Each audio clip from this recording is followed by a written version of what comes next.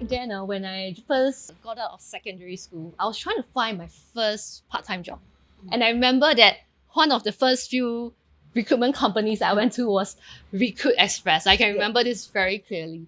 But obviously back then I didn't know that Recruit Express was part of something bigger, which is HRnetGroup, one of Asia's leading recruitment firms. So it's quite a full circle for me to be sitting here today with the two of you. Downstairs, right?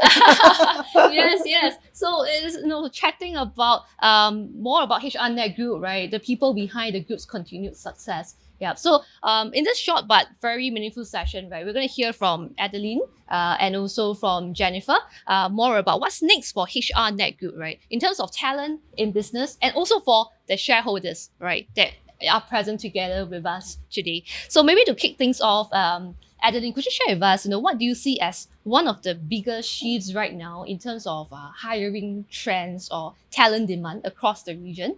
And how is HRnetGroup positioned to ride on that change? So I think actually there's something to be said for the C-level talent right now. There's demand for them because the market is difficult.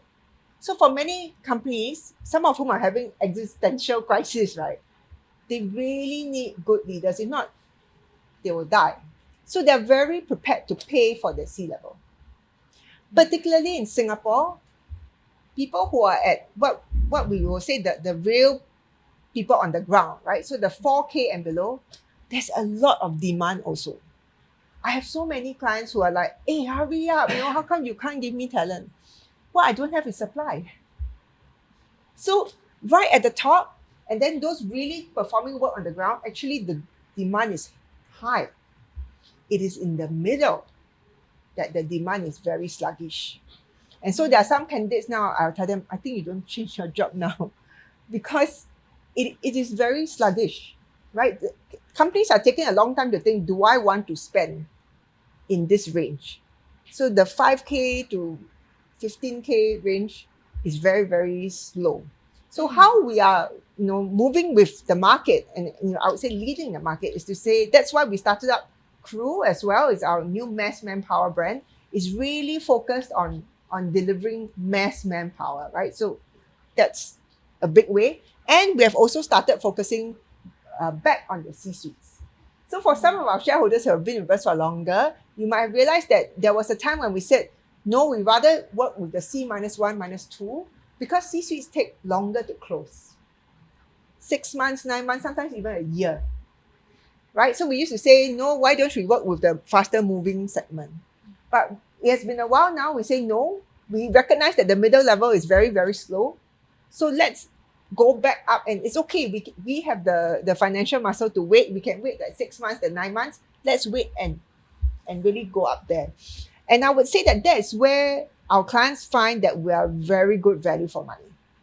Because the quality of our work is high, but they can pay a much better rate than they will get if they work with some of the more American or European brands, right? So that's how we are actually, I would say, playing up to the...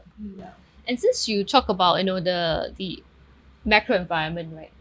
So on that, we actually do have a question coming in from the public where we actually check in with them on any questions that they have about HRnetGroup. So we have a question asking about the PR segment, where the PR segment has seen a decline in the revenue in the last 2 years because of the more uncertain macro environment. So they would like to find out, based on management's outlook, are there any signs of potential bottoming out for that? So, I mean, like everybody else, it's very hard to tell how the world economy is going to pan out. There are not so many clear directions. But what Jennifer pointed out just now is looking out for pockets of growth, right? So we are focusing on that, and we are also retargeting to say we want to go to the 2 spaces where there's still demand.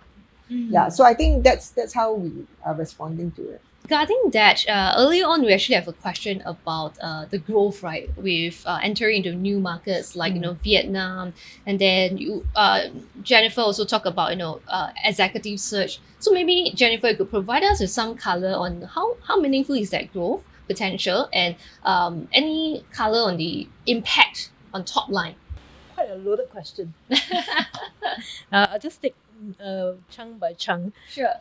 The first thing is my favorite topic on Vietnam, because I'm the Okay. sponsor for our Vietnam startup. So I actually fly to Vietnam once every two months, and every day I am checking the reports. So my night job is actually checking through reports and coaching the younger people on our standard and the quality of work. We are at the preparation stage for the startup of professional recruitment business in Ho Chi Minh City. The initial investments right now very small, but we will ramp up the investment depending on how much working capital is needed. But we all know that professional recruitment doesn't need a lot of cash, so that's quite okay. As to how much of what sort of returns we are expecting, I must say that we tend to take a long term view when we enter into a new city. And right now it's still early days to expect any material returns. But I would like to give you some history on our experience in starting up in a new place, so as to give you the perspective of our experience. Back then, when we were starting out China, Shanghai, that was 2016. Before that, we were brewing this business out of 2006. 2006. Getting old. We were brewing the business out of a Hong Kong office 5 years before that. Remember, once upon a time, those of you who are young enough, Hong Kong was the gateway to China, right? And that's where all the MNCs actually passed through Hong Kong. And that setup in 2006 had instant success because we had a lot of preparation time ahead of that startup, and it took us 3 years to double, and 6 years to get up to 2.5 times of our first year of business. Second one was Indonesia. Maybe Adeline, you want to share about our acquisition in Indonesia in 2018. Actually, I didn't realize how well the Indonesia acquisition did until when Jennifer just shared the numbers with me. We grew revenue 16 times in Yes. 4 years. Wow, I was like, really? Didn't know that. So that was interesting because we had left Indonesia after the riots in 97. So for 19 years, we're not there. But then one of my law school classmates introduced me to this recruitment company that he was working with. And he said, I think you might like them. And that was, I think, the very first acquisition that we made post-listing, which was Rimbun, HRNet Rimbun. And it was incredible. So the thing about Rimbun was that they said, can we put the HRNet name in front of our name? So I was quite surprised because most of the time people would want to keep their name. And that was our first acquisition. So I wasn't insisting on it. And I said, why would you want to do that? And he said, because now, currently we charge 12%. But tomorrow, once I have the HRNet name, I'm charging 18%. Because I'm part of a much bigger family. I'm like, really? Is it going to work? And it did. Of course, their work quality has also changed tremendously. And that was, brought home when recently we had somebody who was working with them then, and she left, and then we were trying to interview her to join us again because she moved to Singapore. And then she said, do you know that it's changed so much? You all move so quickly. So it is true, and that's how we have revenue going 16 times in 4 years. I was like, okay. No, I think the other major factor was because 2 years down the road, when COVID came, we made a very bold move, and that was the Rimbun sisters putting up their hands and asked us, hey, can we set up the flexible staffing business in Indonesia together with you? Yeah. So my last trip before lockdown was to Jakarta to pick out the office space for this new staffing company. So that was the last few days of January of 2020. Then lockdown, right? I couldn't leave here for the next how long. And then the keys to the office were handed to us and the reno was done. And in July, Debbie Lim, who runs the brand, she called me. She said, how? Do we continue? Or do we wait for later? So I asked her back. I said, I can't fly to Jakarta now. What do you think? You are on the ground. So she said, I think we can do it. So I said, okay lah, then we do lah. And this business started in COVID time, was profitable within the year. So when everything was over and she was in Singapore, so with her mother even. I was having dinner with them. I said, Debbie, how come you're so brave? People in the middle of lockdown, you're starting a staffing business. So she laughed. She said, I was very scared. I look at you, you seem so confident in me. Since you're so confident, just go lah. So I said, I look at you, you look at me and just, what Her mother was laughing. Because that's really what happened, right? So I think many times that human energy, that human chemistry, the belief in each other that we will back each other up, it really was backing each other up. Yeah, because she knew that, financially we would be strong. We would wait. We didn't have to wait very long. We're lucky. We made a lot of money very fast. But having that strong belief that yes, we'll be there with her, that all our systems just now I mentioned, we just open up wholesale into Indonesia, right? So I think that really helped. I mean, with the people business, you never know what is going to happen. But with the right combination of energy, miracles can happen. And there was another person that was very instrumental to that success in Jakarta. That was Debbie's mother. Debbie's mother said, can you please put your brother in this business? Then we had a third co-owner that came in. The twin sisters brought their brother into the business. And he put in money as well. We have many husband and wife, brother and sisters, all working here. And I think that says something very deep. If you are willing to bring your brother or sister, recently we had someone here just brought the best friend since 12 years old, came in. So I interviewed this guy. I said, why are you switching careers to join us? Then he said, I've seen Eugene, his best friend, work with you for 6 years, and he's a completely different man. Now he's married, he has a kid, and he knows that he loves this job. He said, that's why I'm joining you. I want that too. Right? But it's when people bring their loved ones or their very close ones to work together, you know that they can feel it, they own it. They're not going to walk out tomorrow. Yeah, so it really, really makes a difference. So this story about Debbie's mother is very funny because I told her, Auntie, actually you are the one who should get the award, no? Because her 2 twin daughters and the son, all very high performers here, right? So what we call a diamond club. So I said, Auntie, 3 diamonds all from you. Actually, you are the winner lah. She has 1 more child living in Melbourne. I said, can I also have that daughter? I want 1 more diamond. Not just that, right? I think because as we know about the cash position of HRnetGroup, right? So you've built a strong cash position. So for investors, they're thinking, moving forward, what can they expect from that? How are you going to deploy your capital, whether it's in terms of organic growth or acquisitions, or even returning more value back to the shareholders? Maybe you can share with us on any plans on this area. I think definitely we fully, let's just say, I'm really grateful that you choose to put your money with us and invest with us, right? But I can also tell you a very large chunk of my entire family's net worth is also in this company. So how we choose to spend that money, it makes a big difference to the outcome to my family as well. Why we choose to keep the cash, I can tell you that's very heavy pressure, right? After the listing, why don't you release the cash, I was really, really glad that we didn't. At lockdown, within 4 months, we had to deploy 40 million. If I listen to all those bankers who tell me, don't worry, when you need the money, you do fundraising, I would have died.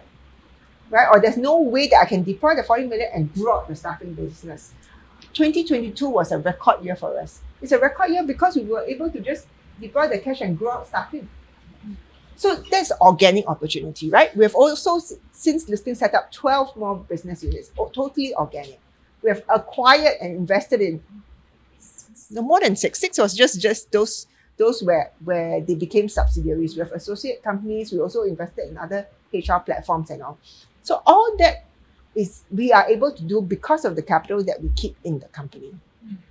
At the same time, last year, and in response to your question, yes, I wish we could have done much, much better, right? But I can tell you that the macro environment has been very challenging, particularly in North Asia.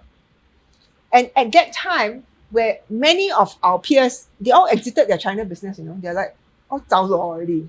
but we invested instead because we believe that ultimately China will come up. So we invested in Always HRNet. We're like, in fact, they were surprised. They said, you still can come in now? And we're like, it's okay because we fully believe that one day when the situation turns, the tide turns, when there's a great need for talent, we are fully ready. We did not exit these businesses. And we're able to do that because we have the cash in the bank. So it is actually really, really important. That's the reason why when we listed, we didn't list empty, When we listed, we already had 100 million there and we kept it there. Right? So it's a very deliberate sign to show you that this is a cash-intensive business, but we are fully prepared to invest in it. And we want to welcome people who believe in that same story. Right? So this is not a case now where I don't know what to do with the money. What I'm saying is that we have to be ready. We need to have that war chest. When the opportunity arises, it's very quick and very fast and we cannot wait. So that's why, I would say to invest alongside us. It's so in addition to the co-owners, many of our colleagues also own Lisco shares. So they are shareholders of the company as well. They are working here, they are creating here and creating value here. So it's really about investing alongside rather than to say, well, you have the shareholders and then you have the people who are running a company. It's not separate, it's very much together. I want to add on to the topic of acquisitions. Okay. So M&A, and just now you saw in my slides that we set aside about $170 million for this. So we are constantly working on pipelines for M&A, and we seek to acquire companies and businesses at fair prices that commensurate with performance. And typically we structure the consideration for the purchases on an earn-out basis. That means we work according to the valuation moves according to how much profits that can be delivered. Because at the end of the day, shareholders, you are all looking for the profits to be accretive to the business.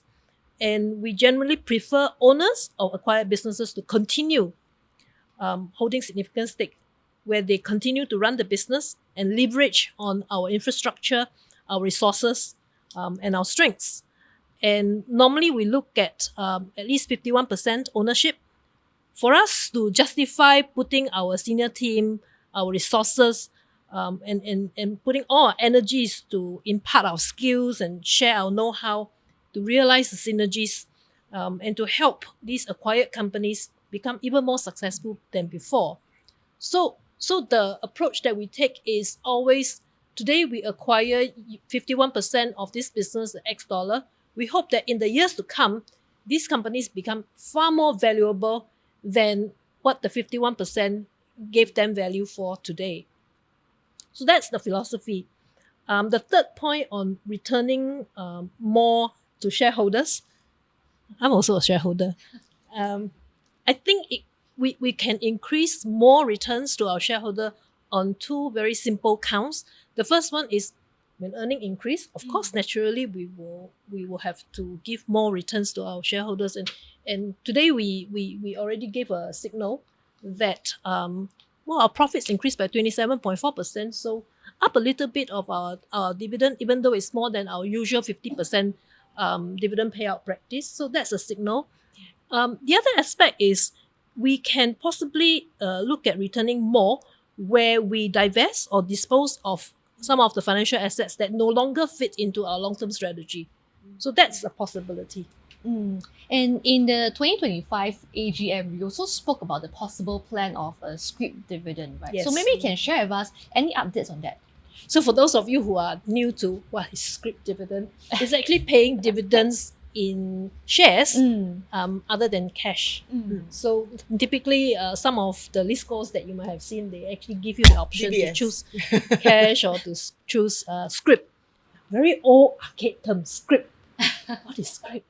Okay, anyway, I have actually proceeded to evaluate this possibility. In fact, I've done the groundwork, engaged lawyers, drafted the first scheme of things.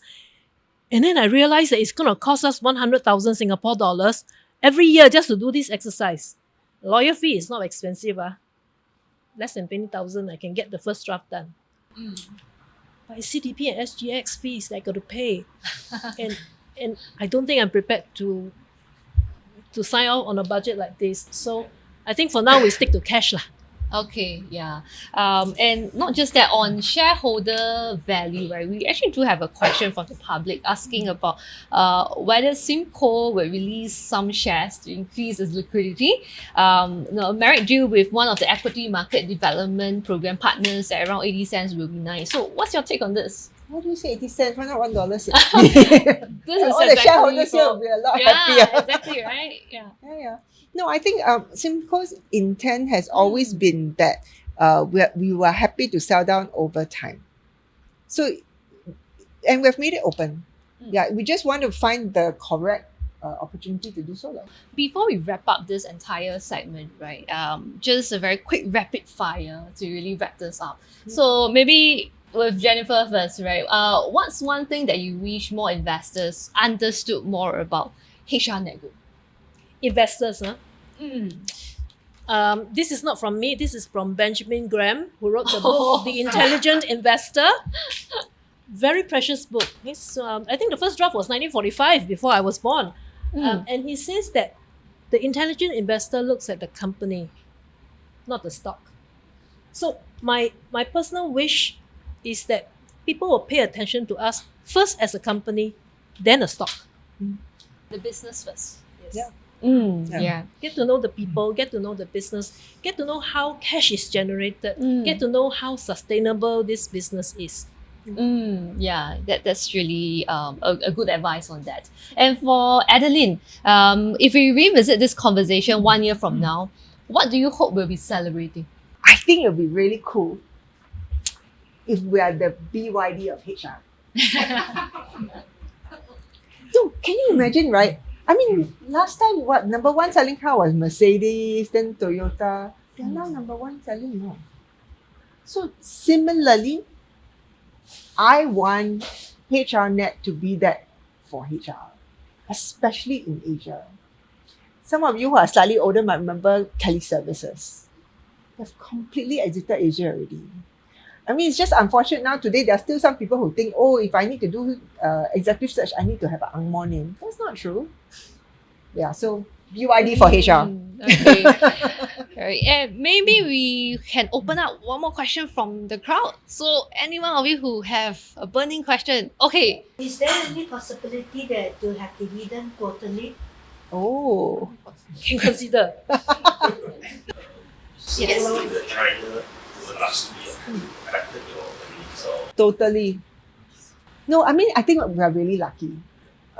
If we had not had the Southeast Asian business and the businesses outside, it would have been very serious. Yeah, but we're quite lucky that we have this geographical spread as well.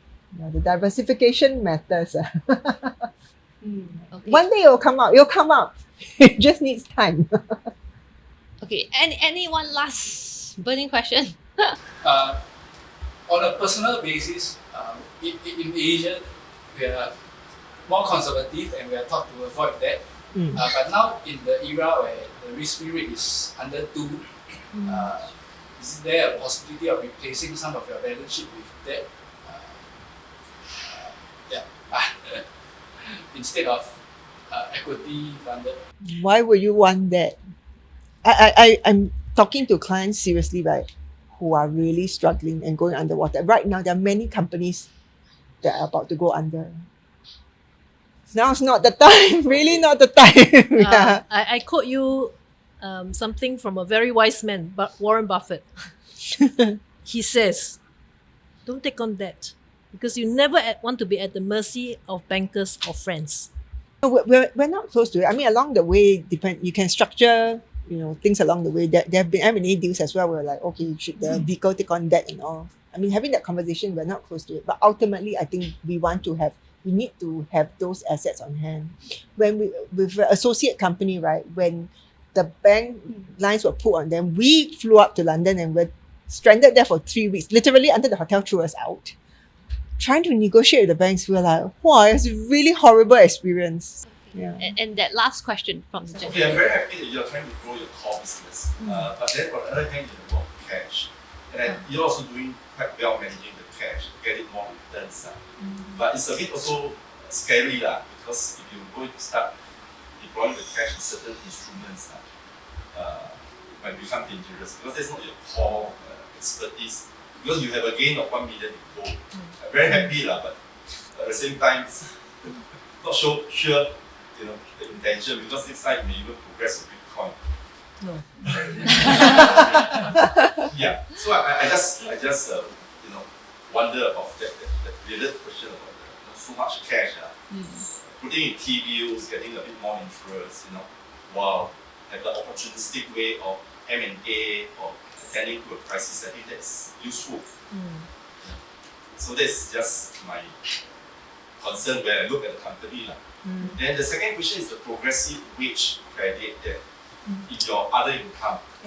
There is some kind of supporting the bottom line. And whether this will continue for how many more quarters or how many more years. That's why you have to ask the Prime Minister. Every But budget the he will progressive announce. wage credit, you have about 7.5 million added to your other income. Yeah. So is that something that will be the same in the second quarter? Or second half? I answer your second question first because I like history. And history always gives us a clue what future might look like. Okay, historically, I think as early as 2019, Singapore government has been dispersing wage credit scheme. That time they call it WCS. In recent years, it evolved into PWCS. There's some tweak in the emphasis, and right now the emphasis has moved towards raising the minimum wage for people who earn below $3,000. That government will co-fund every dollar of wage increase that we give to such workers. They will pay 40 cents, we will pay 60 cents. So that has been happening. So you can see that there is certain consistency in the behavior of government policy, intending to help organizations who employ a huge number of people to defray their operational costs. Because you save these big ships. These big ships will in turn provide employment to a whole lot more people. So that's the benefit of us operating in Singapore, where we have a government that is able to support organizations that provide employment. So every year you will see some consistency in this WCS or which PWCS. This year first half is by coincidence that we have got a back pay of last year's $3.2 million into quarter one, and then we have a front loading of the current year's amount being remitted into our bank account also in the first half. So everything that we can collect in 2025 is already in the bank. Next year, there will still be PWCS because every year when Prime Minister goes through the budget, he will announce the plans ahead. So you can already see in the table, next year there is still funding, co-funding 40% of the wage increases, and then 2027 there will still be some more coming in. So there is a predictability in the amount. So we sleep very well on that count. I think, recently we were talking about it because we have operations in so many cities, right? And really, on reflection, I said, which other government does this? 没有嘞，真的没有。It's only in Singapore that really there's this push to get everybody to lift up together. So I was like, we have to be very grateful that we are, based here, headquartered here, and there's no other government that does this. Right. And to the first question, do you have anything Yes. to share on? To the first question, I would like to provide you some assurance on the way we manage the excess cash, or I will not call it excess cash, but cash that is pending deployment. So Okay. first of all, we invest this cash pending deployment in a variety of instruments. The most basic instrument, of course, is what we all know, fixed deposit. Then you have something a little bit more fancy called structured deposit. Then these two are all capital protected, right? Then the next fancy thing 3 years ago was actually treasury bills. Then the next fancy thing is called a credit linked note issued by DBS, which is akin to the treasury bills because that's the treasury bill issued to corporates only. So you can see that I have 4 instruments that are quite safe. Then I also deployed into 2 very safe bonds, investment grade AAA. So that one very safe. And then finally, there is another class called HR related marketable securities. And we did that when we first started our journey into mergers and acquisitions, because we were very much an Asian play, and we were very much within ourselves until IPO opened up our eyes what the rest of the world is doing. So as we were doing roadshows and encounters with investors, we realized that we really have to open our horizon. And along the way, we came across some very good companies, companies that is, for example, we've got some blue chip companies in Japan who actually invested in us, and we also invested in them. And that was the beginning of a whole new experience for us as we walk through the front door of our so-called competitors, and we speak to them as peers as well as shareholders. I mean, if you're not a shareholder, how would anyone want to entertain you and talk about the exchange of business information unless there is some interest in trading with each other? So that actually opened up a whole new experience and exposure for us. And today we are so familiar with almost every major player in every city that has got a recruitment footprint. So rest assured that we do not squander the cash that we are holding. We're very careful about it, because for most of us who are running the business, we are all shareholders as well. Right. So thank you, Adeline and Jennifer, for sharing more with us in this fireside chat.